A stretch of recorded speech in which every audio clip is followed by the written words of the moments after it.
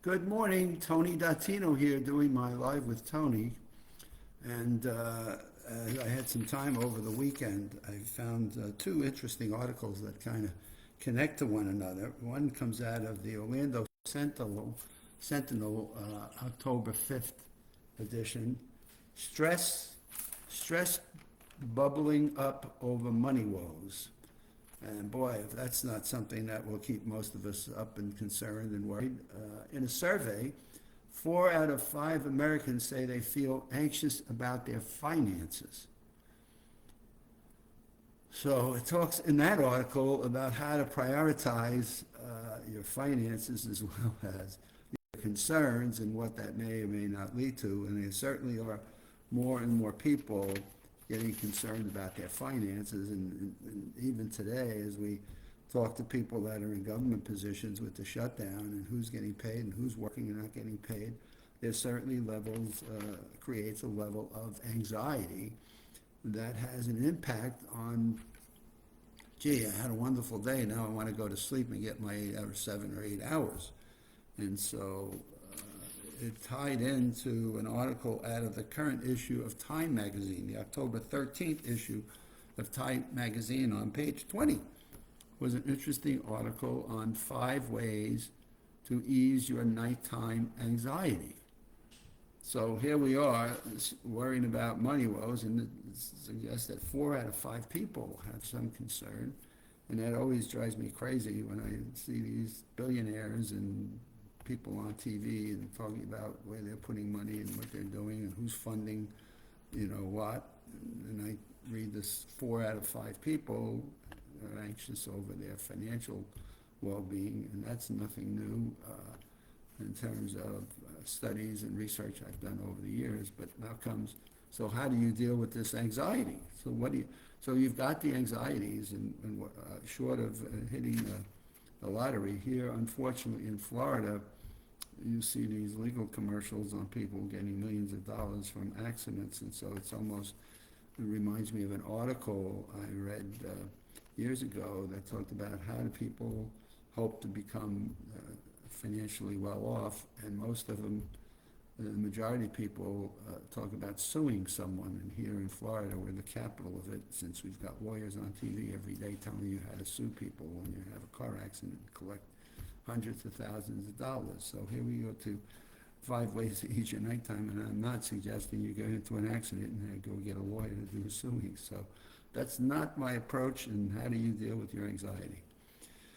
Sweet dreams. You can't stop worrying about the work you have to do, the bills you need to pay, the arguments you had with someone, or whatever it is that's keeping you awake. So here we are, the most basic and common reason why we have anxious thoughts at night, because of the decrease in the distractions we have.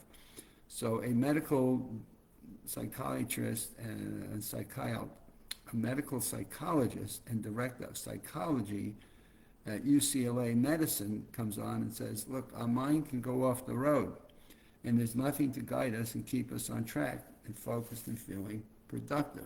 So here comes UCLA Medical turning around. So what do we do? What are some of the things we do?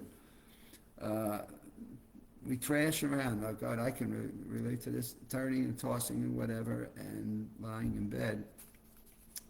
And we just keep ourselves in that anxious state. And I remembered one technique I learned from Tony Buzan years ago that has been a big help to me, and that is you give yourself the 15, 20-minute rule, meaning 15 to 20 minutes, turning back and forth. Wow, what do? I got up, I started to learn, and I started to do it, and it worked well as I got up and did a mind map. And you don't want a mind map and jot down the branches in the tree-like structure. Get a pad and just write down everything that's keeping you awake, every thought. So get yourself a little notepad out and write down everything that's keeping you awake, every worry, concern, issue you've got, and just write them down. Put them on a piece of paper. When you're all done, your brain says, okay, I'm all done. And if you even have to get out of bed to do this, it's fine. Got to put a nice little night light on. When your brain, it feels like it's put everything on its thought process onto a piece of paper. I have found for me that works as well as anything. My brain is now, okay, what else, and it says done, and I can go back to sleep. One of the things that we can do if we don't do that is we just keep thrashing about, right? We keep back and forth. Oh, I got to remember this. I got to make sure I don't forget it. I got to make sure I take care of this. And so we go thrashing about. It keeps us awake. And then we start thinking about, my goodness, I'm not going to get my 7 hours of sleep. What am I going to feel like tomorrow? So what's tomorrow going to feel like? Am I going to be exhausted? Am I going to be tired? Am I going to be able to get at work? I got a presentation to give. What am I going to look like? And so we thrash about over and over again. And what we really need to think, this suggesting, is we need to reframe what we're thinking about when we're waking up.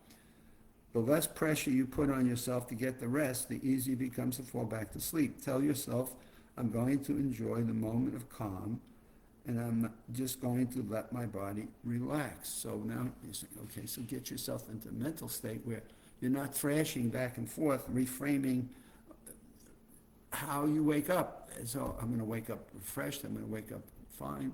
I'm going to go out and do this presentation. I'm going to go out and get this work done. I'm going to be fine. It's all going to happen. By the end of the day, it'll be all done.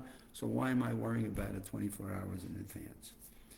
This already suggests here, the doctor says here, if you're prone to keeping awake in a panic, keep a message or affirmative action close by the nightstand. Your note might say something like, I'll deal with this tomorrow. It's not a big deal. I'm making it more exacerbated than I need to. Everything's going to be fine. You want to trigger the sense of rationality and calm. So you want to change your self-talk. I call it your gig. Your garbage in, garbage grows. You want to change it to good in, good grows.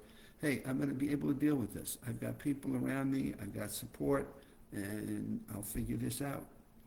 So now you want to keep this script next to your bed, and you want to at least see things that are positive about you. Maybe some affirmations that you may want to, an affirmation book that you may want to glance and read a few. Certainly you want to get out of bed. Staying under the covers reinforces the association between bed and stress, and that's not what your bed is for. What you want to do is carve out 15 to 20 minutes, and then you get up. And most people will stay in bed and just toss and turn and toss and turn. 15 to 20 minutes, the doctor here is suggesting, is ideal. You'll go relocate to a dim room and then do something that's boring. Go get an adult coloring book, or folding laundry, or just do something that you find is just terribly boring. And I already suggested, just sit down and write down everything you've got until there's nothing left on your page. But the important thing the doc is saying here is get out of bed, 15 to 20 minutes. And I talk to and make that suggestion. So many people, and they look at me like, that's crazy. And if I'm trying to get to sleep, why do I stay in bed? Because you're not going to sleep, so get out of bed. This was a new one I've not heard about. So that's number 3. Reframe how you think about waking up. Keep your scripts and affirmations next to you. And most of all, get out of bed after 15 to 20 minutes. But this was a new one. Tap into your 5 senses, keeping something textured by your book like a stone or something you can touch. Maybe get up and get a sip of cool water, some soft music in the background. It's time where you just want to let your senses take over. Maybe it's something you want to touch. Maybe you have a nice lavender aroma and the aromatherapies they have. Maybe it's something you want to read in terms of an affirmation. But you want to tap into your 5 senses and use them to just kind of, what's something you can touch, or something you can see, or something you can read, or something you can hear that may just bring you back into a calming state. And again, I've read this one. I call it the pity party day. Carve out an hour or one day a month. I say to people, you have your chance to have your pity party. Put all of that worry time into an hour within your day, or put it into a day within a month. And just let everything go that you're worried about and concerned, and just say, okay, I'm going to make this hour as miserable as I can, And so what the doc here is suggesting is carve out worry time. Make 2 lists. Write down everything you're worried about that's within your control, and then write down on a second list everything that you worry about that's out of your control. And boy, if that's not an interesting exercise to think about, okay, so I'm going to have 2 pads. One pad's going to be, what am I worried about that I can control? What am I worried about that I can't control? And take the page of the list of the things you can't control, rip it off, throw it away, put it in the garbage, and now say, I'll deal with my other list tomorrow morning.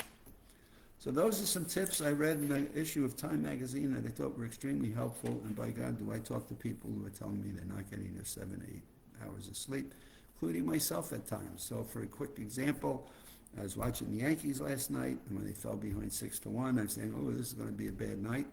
Instead, as they started to come about, I knew enough that as they took the lead, and I watched the last several innings, I was going to get myself worked up enough that I just said, you know what, I'm not going to bed at 11 o'clock. First, the game is going to be late. Second of all, I'm going to be amped up a bit.